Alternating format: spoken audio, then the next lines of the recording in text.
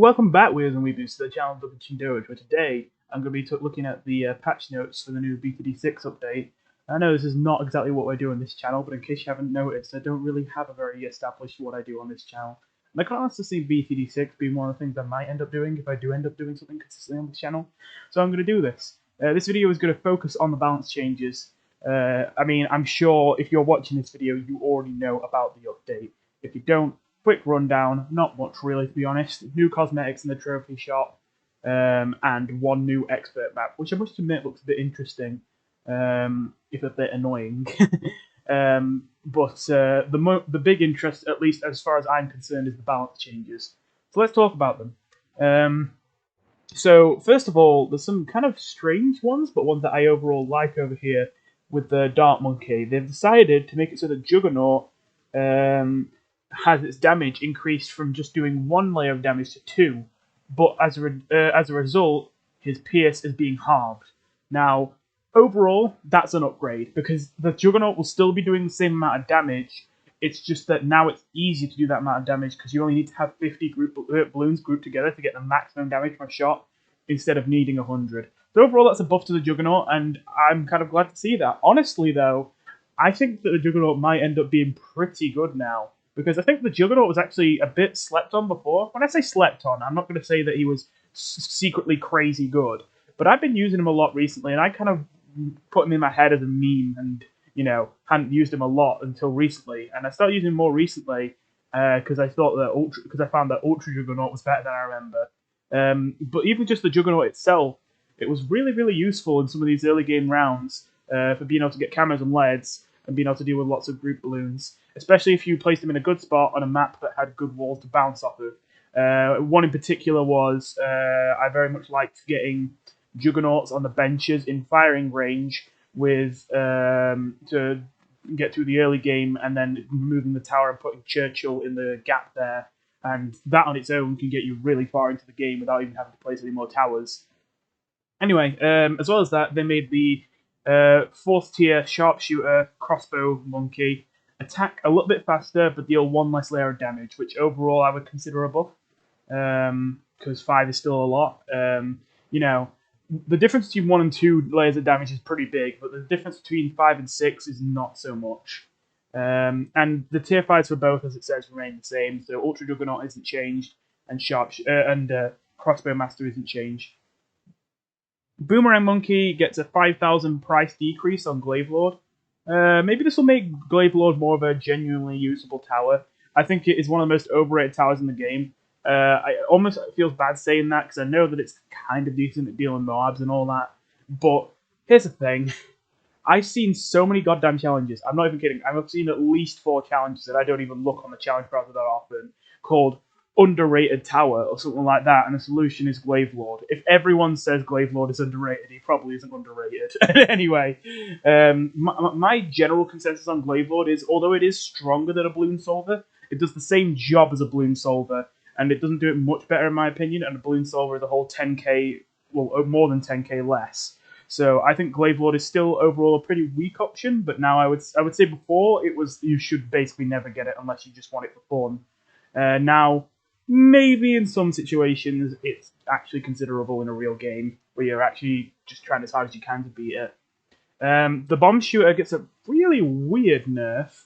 They made it so the Moab Mauler only does 4 damage to ceramics per shot instead of 5, which I think is weird, because I don't know, in my experience using Moab Maulers, they've been underpowered the entirety of BTD6, so it seems weird to me that they're now deciding to reduce its damage. I mean, it's only by 1, but at the same time, that means it now has to 3-shot ceramics instead of 2-shot, and that's actually quite significant. So I'm not sure about this. It seems like a very weird change. At the very least, it does give a bit more point to getting the Moab Assassin for anything but besides the ability, because now the Moab Assassin will deal the normal 5, but you're probably not going to care about getting that 1 extra damage. I could only imagine that might happen if you're on a round 63 situation and you needed to get that 1 extra damage so you could 2-shot the ceramic horde instead of 3-shot them. But yeah, Attack Shooter got some changes. The attack zone is a lot different by the looks of things. It's got double damage overall, but its range has been reduced, which I think is fair. I think the attack zone's range was kind of stupid to begin with. And the Pierce has been reduced from 9 to 4, which is a serious kind of nerf. Overall, though, I would say it looks like it's decent still, regardless. Oh, hang on. Oh, I didn't notice this the first time I read through these patch notes. So I did see that the range increase from taking the range crosspath here had been improved, but it looks like you can get back up to 10 pierce by taking the range path instead of the faster firing path with attack zone. That's interesting, actually. Will that be better than faster firing? Because that is more than double pierce. Because as it says here, it used to be 9. This will get it to 10. But how it'll be in the game now, it'll be 4, but it'll be 2 pops for each one that hits. Ooh. So yeah, that might be a buff to the attack zone overall, which is a pleasant surprise, because I already think the attack zone is a relatively solid 5th tier, because it's a lot cheaper than a lot of other options, and it's got very good DPS. The main problem it had was that it couldn't do that great against Mars, so something that shot so fast, but the double damage is going to really help with that. The reduced Pierce is going to not be so helpful. However, the two best things to combo attack shooter, one of them is super brittle, but the other thing is primary training and primary expertise, because that increases the Pierce of the attack zone, and having it start at a lower Pierce as a trade-off for getting more damage is actually going to mean that it's more important to get the primary training buff on it, and it'll have more of an impact. So yeah, I think this is overall a buff for the attack zone. That looks good. Ice Monkey has some promising looking buffs. Embrittlement's going down from 3,000 to 2,200, which I think was absolutely necessary. In theory, Embrittlement is a really strong upgrade, but like, if you've got refreeze, then already everything that you're going to freeze is going to die if it's not a Moab. And Embrittlement just kills it faster, which isn't that useful. And it's especially not useful when you already have to get ice shards to get Embrittlement. So I think its price being reduced like this was definitely a necessary change. Although personally, I would probably go for something maybe a bit more aggressive on it, like maybe making Embrittlement itself a bit stronger. I must admit, I don't know exactly how I'd do it, but like maybe allowing when you get Embrittlement, the Ice Tower to freeze whites or something like that. I don't know. Arctic Wind has its price reduced from 3,200 to 2,900, and Cryo Cannon gets a $250 discount as well. So yeah, these are all pretty good. I think, in my experience, except for the top path, all of the Ice Monkeys, tier 3s and onwards, have generally been pretty effective. And so all of them getting a price buff is great. Not only that, but Snowstorm is having its ability cooldown halved, which is actually a big deal in my opinion. Because Snowstorm at first seems like a bit of a terrible ability. You just use it and it freezes every balloon on the screen, when it's not going to last, and it only pops them once, and it doesn't work on Moabs, and it seems like, oh, that's a waste. But then you're like, okay, the upgrade is only 3,000, that's not that expensive. And it's like, oh, it does also massively increase my range when I've already gone down the Arctic Wind path, which definitely benefits from that, because everything in its range gets slowed. Okay, that's a bit more interesting. And then you realize, although it doesn't freeze them on, it does temporarily slow them. It is very short. However, if you're doing some kind of clutch kind of micro to win like a round that you're going to die on, or you've got like one really strong choke point, you just need a little bit of extra time to hit the balloons in. It can be a lot more powerful than you expect, just that 1 second slowdown. So having it be able to be used twice as often is probably going to be a big deal. So yeah, nothing but good news for the Ice Monkey overall. Super Brittle becomes slightly more viable, but not much more viable. It's basically just 800 less that you have to spend in total to get to it.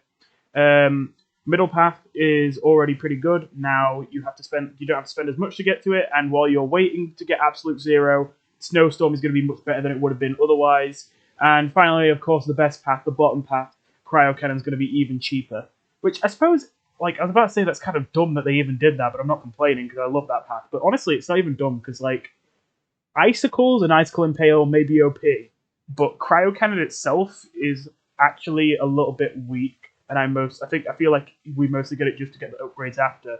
So I think it's actually fair that they reduce the cost of that upgrade specifically. Anyway, we've got glue gunner buffs as well. The Bloom Dissolver's price has been reduced from 2,700 to 2,600 to just 100 less. And the Bloom Liquefier has been given 1 extra PS. That sounds small, but I am actually really glad to see that. I feel like that's something that should have been a thing earlier on. Now, I say that this is really good because of a couple things. First of all, if you just get bigger globs with that, that's another PS, and then that's 3 PS on the Bloom Liquefier. And glue going to shoot relatively fast and have good range, so it means that in a lot of times you might actually not have to get glue splatter, which is 2,000 that you're saving. That's a decent money save. But then as well as that, it allows you to actually take the top and bottom path glue. You could realistically get a Bloom Liquefier with stronger glue. If you had super ceramics to worry about, this would really melt them. Moab glue, the amount that it slows has been reduced, which is fair. It's sad to see. I've actually lost a Chimps game because of that, just when this update came out. I did not know that this nerf had happened, and it really kind of... Oh my god, I think I missed this patch note earlier when I was reading through. I should have read through more thoroughly.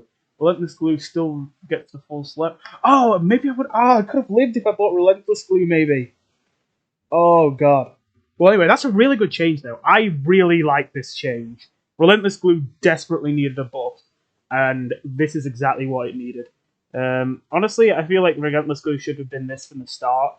I feel like having blooms that get popped turning into glue on the track is just not an upgrade that should exist on the Moab glue path. It should exist on the glue strike path. Like maybe have it be a passive ability that you get along with the activated ability when you get the 4th tier glue strike. I think that would be much better. Also, even if you were going to put it on this path, it makes way more sense to put it 3rd tier than 4th tier, because like at the point where you're gluing mobs, you don't care about putting glue on the track. But anyway, point is, the increased slowdown when you get that upgrade, I can support that. And while it sucks that they've reduced the slowdown that Moab Glue gives, that's completely fair, to be fair, because, I mean, Moab Glue was a crazy good upgrade. Anyway, Sniper Monkey gets 2 changes. One is just a small buff. Cripple Moab will now do 80 damage per shot instead of 60. I think that's relatively necessary. As good as the top path is, Main Moab is just so much cheaper than Cripple Moab, and they both have a similar kind of effectiveness. So Cripple Moab usually just gets outclassed by Main Moab before it. But the more interesting change here, even though you might not think it sounds interesting, is the Middle Path Sniper supply drop giving +3 pierce to Shrapnel. Now, I know that the vast majority of you here probably aren't that excited for this change, because you're probably like, whatever, it's Middle Path Sniper. It sucks. Middle Path Sniper has been getting a lot of buffs. I don't know if you've been noticing. It's actually kind of getting good. So much that I created a challenge just to show it off. You can beat round 63 on Infernal with nothing but a 250 Sniper. You might not even need the 250. I didn't even test if it works with a 240. The 250 only allows you to shoot a bit faster and have elite targeting. So you might not even need the 250. You might even be able to do round 63. So yeah, he can solo round 63. And I know that you're probably raising your eyebrow like, yeah, you've got to be lying. Oh, there's got to be... No, knowledge turned off. It's in chimps mode. No powers, no selling, obviously. I promise. And this is where I'm going to really put this into perspective. Just talking about a good experience that I have with it is like not enough, I understand, for some of you. So let me actually talk about the numbers here. So, if you get a 230 Sniper, then you're dealing 7 damage with 1 shot, and then it's bouncing with Bouncing Bullet for 3 more, which is 21, right? We can agree on that. So that's 21 damage here. And then you have the Shrapnel. The Shrapnel, when you have, it will deal 1 layer of damage if you haven't taken the top path. But if you've gotten 2nd tier on top path, you might not need 2nd tier, you might just need 1st tier. I should have tested that. But either way, top path, then the Shrapnel will deal 2 layers of damage instead of just 1. As well as that, whenever you get Shrapnel, you get 6 Shrapnel. So, that's 6 times 2, 12. Now, the pierce of the Shrapnel is usually 3, but with this new buff, when you get to 4th tier, it becomes 6. If you times this all together and add it all up, you can pop 237 balloons per shot with the middle pass sniper. That's just at 4th tier. Like, at 5th tier, it would be even better because it'd be shooting faster. I don't believe it gets any more pierce or damage. I don't think so. But it does shoot faster. So, yeah. That is impressive. And in my experience, to put it into perspective, neither a middle path or a top path elite defender can solo 63 on Infernal. And the elite sniper can. So yeah, maybe you should start reconsidering that. By the way, this isn't even considering the fact that you get an income from the cash drop ability. I'm literally just completely ignoring that, and still I'd say it's worth it. So yeah, a reminder that Elite Sniper also increases the attack speed of all of your snipers. So if you're going to place multiple snipers, then Elite Sniper is going to be a good pick. So yeah. Now, one thing I just want to quickly address too is you could very easily say, oh yeah, it can pop 237 balloons per shot, but when is it gonna? And I can kind of get that. The shrapnel comes out of a balloon when you've already shot and popped it. And that means there has to be balloons next to it for the shrapnel to hit, for the shrapnel to actually be useful. Already, it can be hard enough to get the full usage out of shrapnel when it has 3 pierce, and now it has 6, it's going to be twice as hard to get the full use out of each bit of shrapnel. But this is where I just realized, did I get this wrong? I might have... Oh no, I didn't. I was about for a second. I thought I didn't take into account the bouncing bullet on the shrapnel. Yeah, I did times it by 3 afterwards.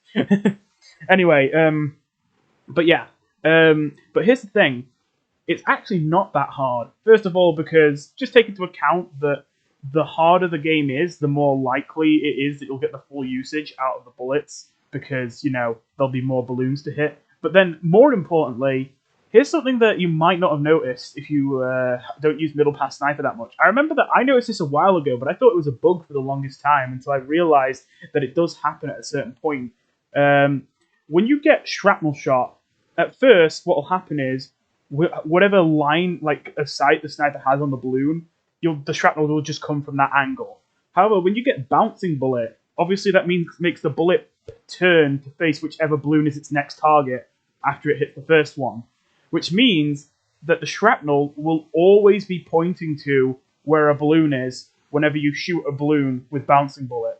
So the shrapnel will even be pointed in the direction of balloons. So having all this shrapnel pointed in the direction of balloons when it's going to be, when it's most needed will be when there's the most balloons on the screen anyway. It means that you're probably going to be getting around 200 pops per shot.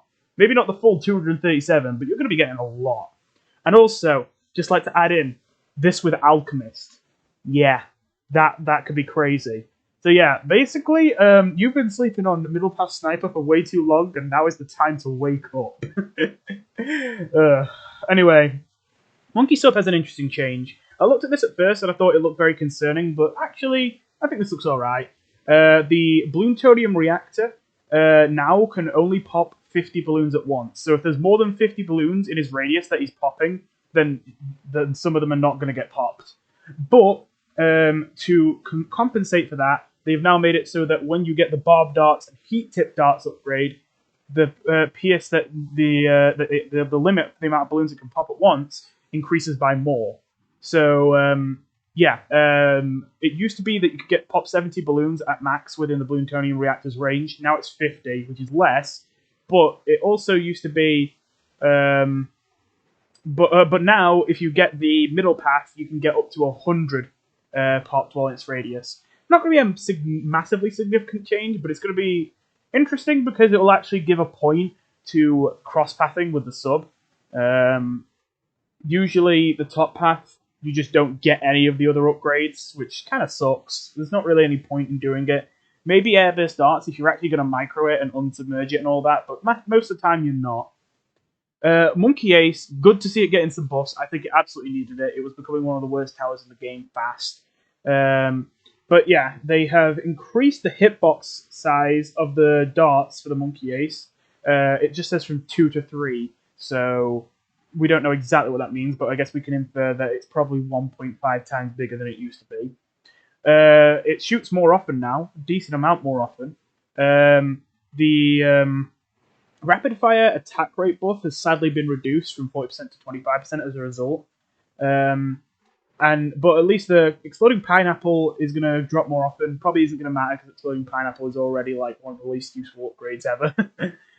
Specter. Oh, okay, that's a bit vague. So I thought I understood this, but when I first read it, but I don't think I do.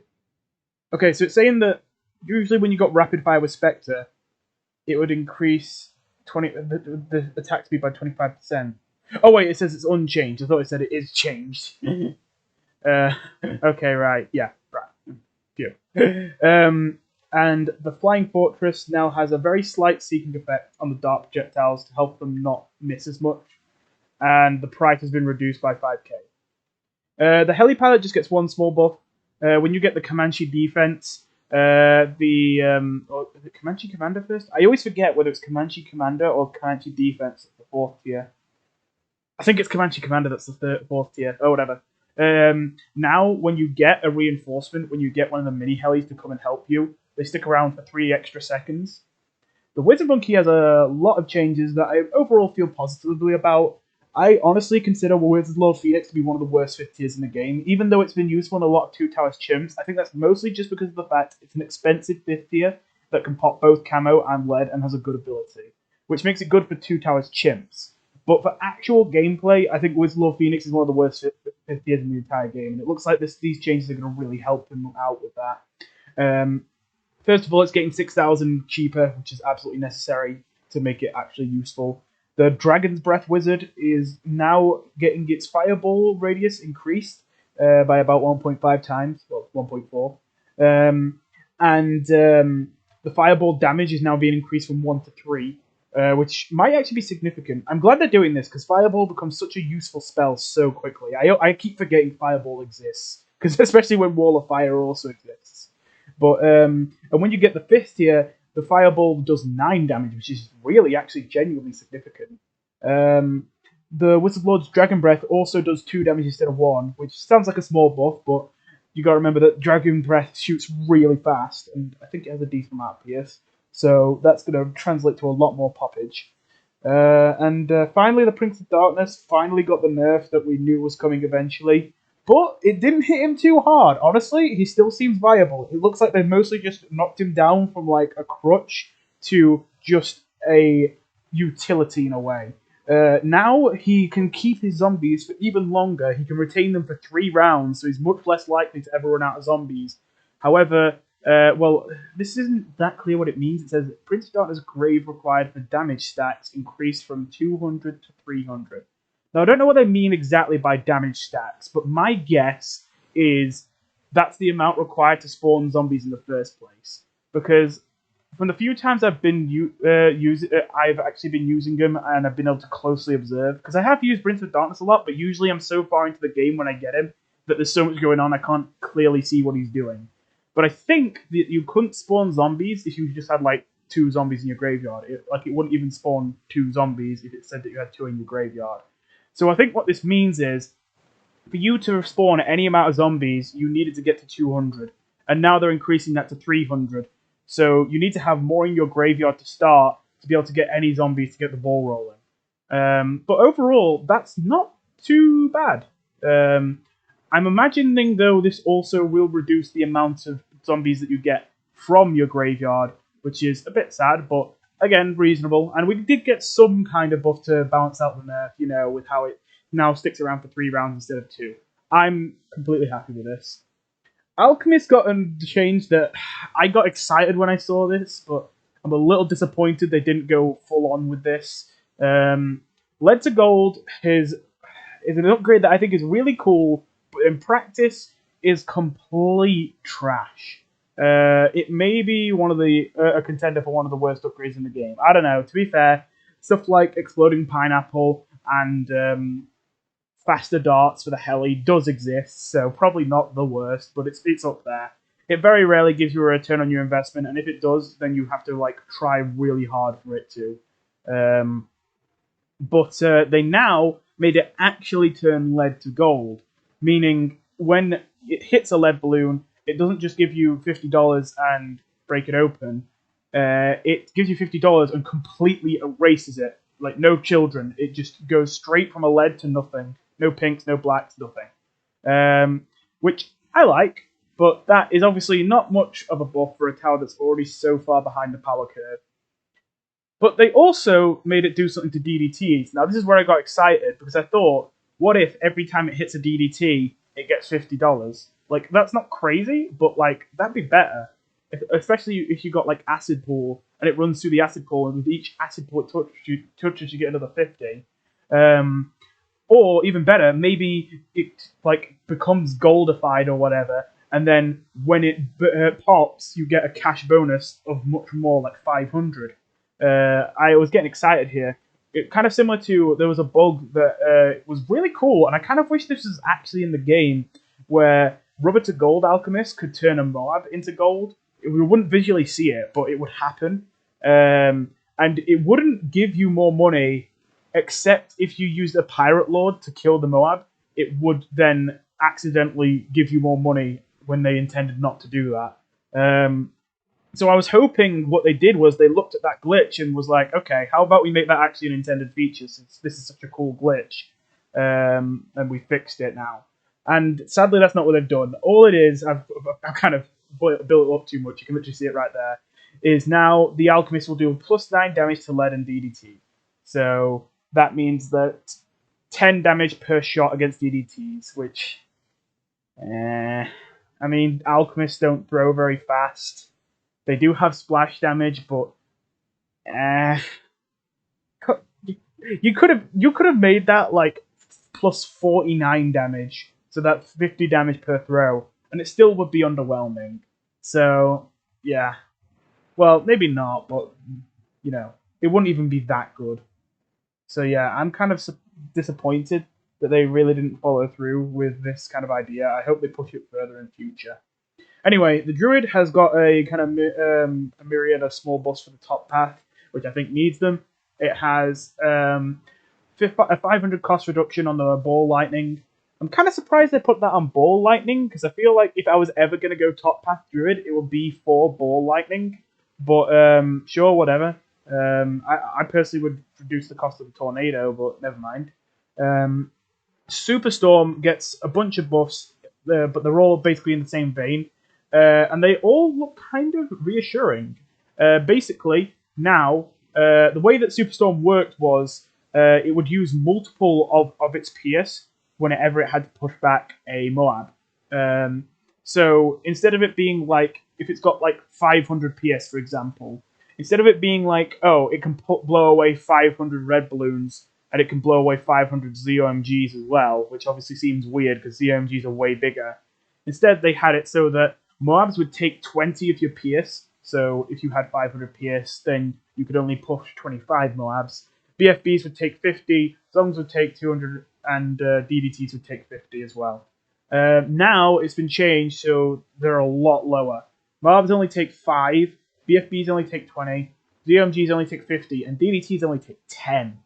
Now, as cool as this all is, Superstorm is still going to be a bad upgrade in like try-hard situations, because it's going to be way too expensive to get. However, if you're playing a relatively easy map on Unpoppable and you're making a lot of money, Superstorm is now more than a joke. You could actually use it, and it might actually be relatively good. Just a small change to Banana Farm. They made the Monkey Bank cost 200 more. Not much to say. It's fair, but it's not going to stop Monkey Bank from being popular, because it's still really good, even with a 200 cost increase. But it's going to, you know, make it a little bit more difficult to use, make it a little bit less just a clearly best option. So yeah. Spike Factory's got some weird changes, and we've got some even weirder ones coming after this, but they decided to make Spike Factory 200 more expensive, which, when I first saw that, my heart sank, because I'm like, what? Because I already thought that Spike Factory is really underpowered in this game overall. The only reason I'd ever use it is for Permaspike. And maybe I would get a Spike Storm if I was struggling on round 100, which is almost never.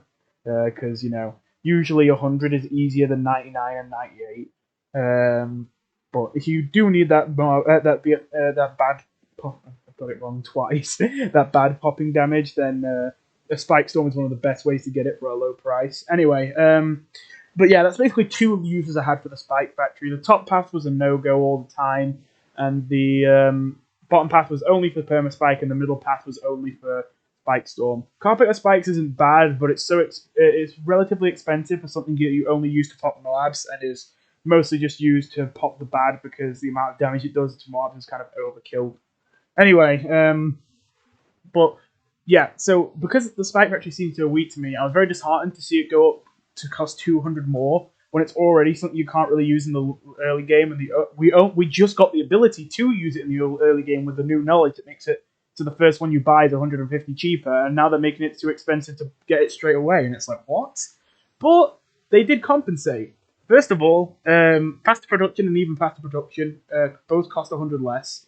And the Spike Factory as a whole, just the 0001, attacks a good amount faster.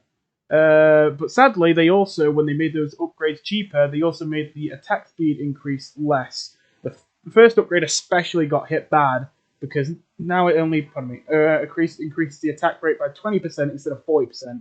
The second one didn't get hit as hard, it just increases by 25% instead of 30%. So yeah, that's kind of a bit disappointing. And Carpet of Spike's got a small buff, it goes from 42,000 to 40,000.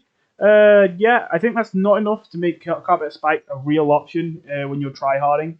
But it's getting closer. I think a 35,000 cost Carpet of Spikes would be an actual tower you'd see in people trying to beat chimps on advanced and expert maps. Maybe not expert, but easier expert maps, maybe. So yeah, I think it's getting closer to where it needs to be. Monkey Village gets a small change. Call to Arms gets an extra 2 seconds. Homeland Defense doesn't. But I think that's fine. I think Homeland Defense is relatively strong as is. Call to Arms, though, is a little bit underwhelming. Just considering it's 20,000. Over that, in fact.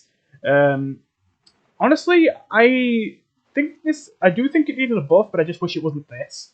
Like, the 2 seconds is going to be helpful, but I feel like for the middle path's ability to be more useful in real games, the problem is that Call to Arms and MIB are so expensive. Like, if you want a Homeland Defense, you probably don't care that much about getting the MIB. You probably just want the extra attack speed on something that, like, would really benefit from it. Like a, strong Super Monkey or something. The fact that you have to pay nearly 10,000 on an upgrade that you probably don't want, and then after that have to spend 20,000 on a weaker version of the upgrade you want, and then another over 40,000 on the upgrade you actually want. This is what kind of makes Homeland Defense kind of frustrating. You look at the price of it, and it's like, oh, it's only 40,000, and it's really powerful. I should use this 50 or more. But then you realize that 40,000 isn't really how much it costs. It costs more like 70,000 because of the upgrades you have to get before it. So I would rather see Call to Arms get a serious cost reduction, but oh well.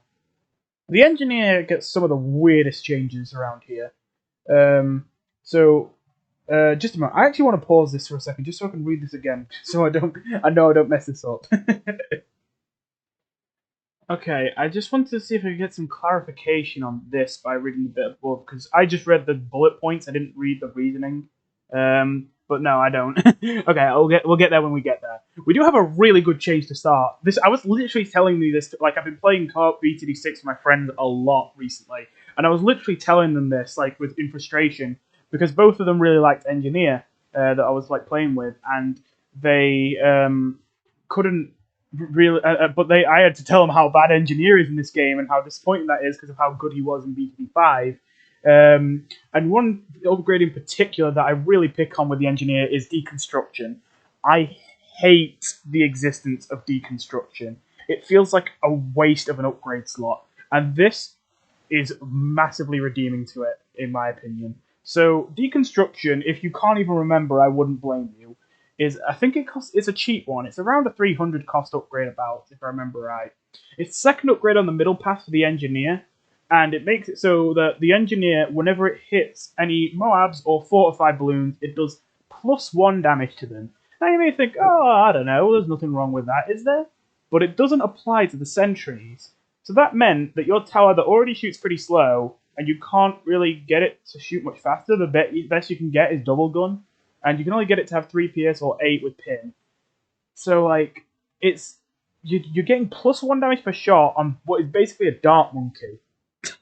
It's like, okay, it's kind of pathetic. Like, I know it's not that expensive, so it doesn't matter that much, but if this upgrade is so inconsequential and only works on certain types of balloons, and even when it does work, it's practically unnoticeable, then why does it exist in the first place? Like, I must admit, I keep going back to Engineer thinking, oh, I'm sure there's something good in here that I just missed. I'm sure that I just overlooked an upgrade. Because it always feels like the Engineer has less upgrades than everyone else. But then I go in and I just realize there's so many that are just filler that just aren't useful. But Deconstruction is the one that offends me the most. This is a big change for it, though. Sentries being able to do +1 damage to mobs is going to be a big deal, because there's multiple of them. Like, I know this might seem small, but remember that if you take the top path, you probably have about 5 sentries out at one time. So now, that's essentially making this upgrade 5 times stronger. That is significant. Like, if the cost scaled with that this upgrade would now have to cost 1,500, but it still costs the same, which is great, because it absolutely shouldn't cost 1,500. Also, I think this is a bit of a stretch, but I kind of want to dream about this too. Sentry Paragon, could he actually be decent now? Think about it. Plasma sentries shoot really fast, you get multiple of them, and now every single one of them is going to do +1 damage per shot to Moabs. That could actually be what you needed. Because I'm pretty sure the plasma, it only does 1 layer of damage. It makes up for that with its Pierce. So giving it +1 damage to Moabs, it's literally double damage. Yes, it doesn't do double damage to normal balloons, but normal balloons aren't the problem when you've got a Sentry Paragon. It's the Moabs. So yeah, this could literally be like doubling the damage of Sentry Paragon, which might be what it needs to be usable. Anyway, getting into the one that I didn't quite understand, the 401 Engineer gets increased Pierce. It used to get +1 Pierce, and now it gets +25% roughly. Okay. Oh, right, no, never mind, I misread this. When I read this the first time, I thought it was talking about the 301. Nah, the 401, that makes sense. So, right, what it's saying is, if you get the 8-inch nails, was it 9-inch? I don't know why, but I always forget it's 8-inch nails or 9-inch nails, but the upgrade that increases the pierce of your nails will make it so that Crushing Sentry, the one that shoots spike up balls, will have 28 pierce instead of 22. Bomb Sentry will have 38 instead of 30, which, by the way, since that's an explosive and not a thing that actually goes through multiple balloons with one shot, that essentially means the maximum that can be hit within an explosion. Like, even if there's 50 balloons inside the explosion, it will only hit 30. But now it's been buffed so that it can hit 38 of them. And Cold Sentry Pierce, same idea, by the way, because that's also kind of an explosion, just a coldness. Up from 15 to 19. So yeah, the main problem here is just that I don't think this changes much, because they only gave Pierce to the things that already have a lot of Pierce. You know, Crushing Sentry already had 22 Pierce, Bomb Sentry already had 30, and Cold Sentry already had 15. You weren't going to exceed that Pierce too often, and even when you do, you're getting like another 6 balloons or so, which in the late game isn't going to matter that much. I don't think, anyway. But I like the gesture, and I'm not sure if this means, since it says plus 25%, I don't know if they just didn't mention every single one. Because, what about the Laser Sentry? Like, I don't know how much Pierce that has, but that one getting more Pierce might be a serious kind of buff. Well, anyway, Overclock got probably the weirdest change I've ever seen. Its projectile speed has been doubled, meaning that the nail flies out from his gun at double the speed, which is kind of weird. And even weirder, they gave Overclock plus 12 Pierce. That's a lot. It's really weird considering that this isn't even the upgrade path that has the Pierce upgrades. That's the bottom path. But sure, I can only assume that this means that if you took the bottom path and you got the 8 Pierce on the nails, then as a 0-2-4-2 engineer would have 20 pierce instead of 15. Anyway, and Ultra Boost gets 30 pierce, or a plus 27, so I assume 35 if you have the bottom path upgrade. Yeah, weird. As for whether this is useful, probably not, but I'll admit it's interesting.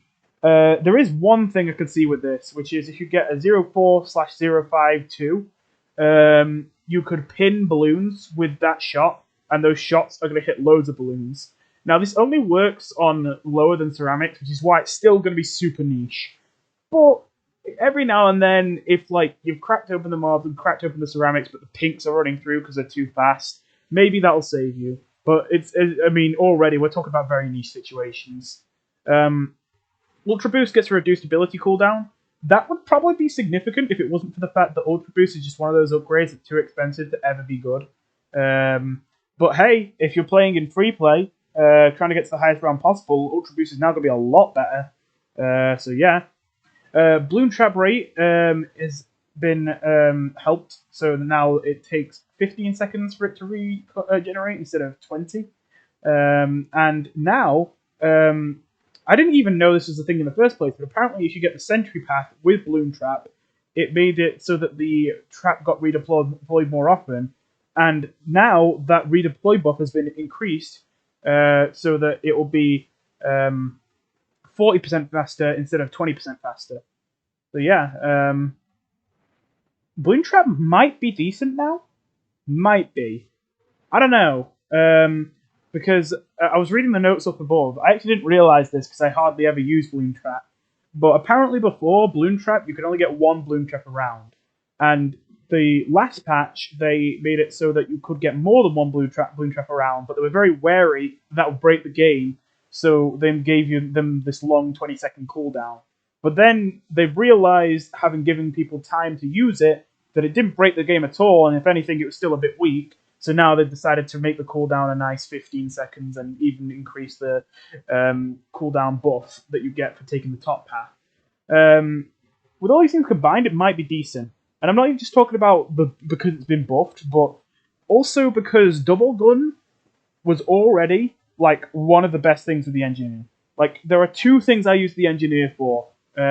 One is Overclock, and two is Double Gun with Pin, which is on the same path as Double Gun, so you'll get it anyway. Because that is the god of the early game. It drops off hard as soon as you get to like around 39. But, around 40, more like. It drops off hard as soon as mobs and ceramics start coming. But, up until then, it carries hard. Like, seriously, it destroys any normal bloom rounds. Because it shoots fast, it has a lot of PS, and every balloon it hits, it pins in place. And it shoots so fast that by the time they get unpinned, they're instantly repinned, so the balloons literally don't even move. People have been calling it an underrated tower, I see in challenges. I can't fully agree because it's only super good in the early game. And it would have been good if the upgrades after it that you would get in the late game, like Bloom Trap, were good, and they weren't. Now that Bloom Trap might be good, this whole engineer pass is starting to come together a lot more. The first three upgrades are nice and cheap and make an amazing early game, and it can be a good tower for if you want to just put something down and then use your spare money to get some eco going, get some farms, or if you're in chimps, get a discount village. Now, on top of that, you can also get the trap to earn more money off of the trap, and it also have a better defense against ceramics. Maybe even XXL trap will see some use, because XXL trap isn't actually bad, really. It's just a little bit expensive, and a little bit, like, not enough reason quite enough to use it. Like, we need a little bit more motivation to actually pick it up, because in terms of just popping Moabs, there are better options. And in terms of just making money, there are better options. But now that we might want to take this path anyway, just for Bloom Trap and just for Double Gun, getting XXL Trap in turn might become more appealing. Anyway, Dartling Gunner got some good changes. Plasma Accelerator now is buffed. The Laser Shock will be replied whether it hits with the beam or the focal point, it doesn't matter, which is good. Ray of Doom is 15,000, is it? Yeah, 15,000 cheaper. I mean, that's good. It's still terrible. But, I mean, hey, it's a lot more realistic. You could actually get it if you were farmed on a game on medium or easy or something like that. So, I don't know, knock yourself out, have fun with it, but don't use it in a real game. um, Rocket Storm has gotten a small little change where now focus firing actually affects it, which, I mean, that makes sense. It really should. So the spread of the Rocket Storm is reduced by the focus firing upgrade. However, that's probably not going to be very useful considering the bottom path is way better to combine with the middle path. You would rather have the rockets exploding 3 times than having the rockets exploding once but being less inaccurate and doing the laser shock. Don't get me wrong, laser shock is nice, but it can't really beat out triple the explosions. So yeah, the only time I imagine laser shock would be better is if you desperately needed Moab damage. But if you wanted that, you'd probably get the Mad. And the Mad definitely doesn't need laser shock to deal more damage to Moab. It's dealing more than enough. So yeah, the Mad, speaking of him, is 5k cheaper, which I'm glad to see. The Mad might become a serious contender, like a serious choice for beating hard maps, because he is completely unrivaled in Moab damage. I don't think there's any other tower that does a better job of killing a bad on its own. I don't know, maybe a max sacrifice Sun Temple, but I mean, at that point, you're talking about something that costs like 10 times the amount of money that this does. So still, the Mad's doing a pretty good job. And it has the Rocket Storm ability, and it gives each of those rockets from the Rocket Storm ability the crazy mob damage that it itself has. And finally, Bookshop. I think Bookshop is absolute trash. I have tried to use it, and I'm not even kidding. I have usually started losing lives after I bought it, when before I had just a 022 Dartling gun. Going from a 022 from a 023, I'm paying 4,000 and getting a downgrade. It hurts. So I think Bookshot is in need of some desperate buffs. And it got some buffs, but I don't think this is quite enough yet. It costs 200 less. I think they could have honestly made it 1,000 less, and it still wouldn't be that bad. Still wouldn't be that good. And it now knocks back any bloom that isn't a Moab. That is better. And to be fair, it's kind of hard to measure how good that will be. That might end up being enough to, seal the deal. But considering that Bookshot shoots so slowly, I'm gonna bet on Bookshot still sucking, and it's gonna need more buffs in future. Gwendolyn got a buff that I didn't expect. Like, wow, I did not expect this, because I would have thought, if anything, Gwendolyn would be getting a nerf. I mean, I'm not complaining, really, because I think that right now, Gwendolyn's probably in a good spot, even though she's still a very, very good hero. One of the best picks, to use in the game. Definitely, if you're a newer player and you don't know who you should be using, if you're not sure, just go with Gwendolyn every time. But yeah, Gwendolyn or Benjamin, but you have to buy Benjamin, well, not buy him, but you have to earn him. And as well as that, you can't use Benjamin and chimps. Well, not really. So, for those two reasons, Gwendolyn's probably the most reliable in my opinion. But now, her strongest ability, Heat It Up, is now going to trigger 30% more, which that sounds like an amazing buff, because already Heat It Up does massive bloom damage if it happens to hit anything. But then on top of that, it more importantly increases the PS of everything it affects. I know +1 PS might not sound like a big deal, but it is when it can be applied to anything multiple times. If you put a Super Monkey next to Gwendolyn, then it becomes literally twice as strong whenever the Heat Up activates. Imagine just temporarily being able to get a second Super Monkey for free every single time that triggers. That's kind of what it's like. Not quite that good because the PS, it could not hit 2 balloons every shot. It might miss some. But assuming it does hit 2 balloons per shot, yeah, that is literally how good it is. And with other things that shoot really fast, the more bullets or the faster it shoots, the more that you get more powerful benefits from extra PS. And you can really abuse the hell out of it. And of course, Heat Up gets stronger over time. In the higher levels, it will actually make it also deal more damage as well as PS, and will make the PS go up to 3, I think, instead of just +1. So yeah, really, really should be great. Adora gets some buffs. I don't think it matters too much, but overall, it's still pretty good. Ball of Light is damage has been increased from +1 to +2. Or just now. Ball of Light damage increased from Adora damage +1 +2. Oh, okay, right. So yeah, whatever it'll take whatever amount of damage that Adora's doing at that point level, and it will add 1 to it. That's what it did in the past. Now it's going to add 2 to it for the Ball of Light. And at level 15, it will add 3 to it. At level 20, it still adds 18, which is what it did before. Now, that doesn't make a big difference, but to be fair, I feel like Adora is weakest in the mid-game, and this is clearly meant to help her in the mid-game. So, yeah, this might be good enough, considering Adora is already a relatively good hero for if you're feeling iffy on a map on chimps, and you just need a tower that can defend. You're not necessarily concerned about the support it provides. Yeah. And then something I gotta admit I'm shocked by is they've nerfed Etienne. What? Why? Okay, no. To be fair, what they nerfed I can kind of agree with, but I feel like these really should have been balanced out with some buffs to balance out the nerfs.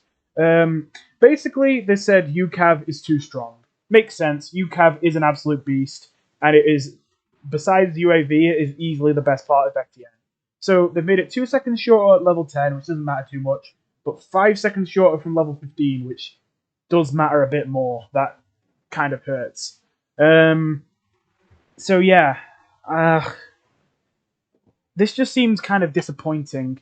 Like, Etienne is still like a 900 cost Dart Monkey to start off. Yes, he gets amazing as soon as you get to level 7. You get the second drone, you get the UAV, you get the +1 damage on both drones, you get the UCAV, you get a third drone and all that. You know, it's from there it gets really good, but it takes a while to get to that point, and until that point, Etienne is pathetic. And on top of that, don't get me wrong, Etienne does get much better later into the game, but every hero gets a lot better later into the game. Churchill becomes an absolute beast in the late game, and without buffs, he can solo some like really high rounds. Obin, his level 11 alone can make strategies with super monkeys and ninjas just absolutely unstoppable, especially without buffs. And Gwendolyn, her abilities become absolute mob killers, while she herself becomes extremely powerful as just dealing with normal balloons, and gives much more powerful support to the towers around her, like pretty often as well. So every hero scales quite well into the late game. That's kind of the thing with heroes. Even Quincy, like, doesn't get crazy good, but he gets surprisingly good mob damage for such a cheap hero in the late game. And Etienne, yes, he scales pretty good, but if the scaling pretty good is supposed to be the good side of him, and like that's supposed to balance out how terrible he is to start, I would have to say that he's still probably the worst hero in the game. I will say not by much, but even before this nerf, I still would probably call Etienne the worst hero in the game.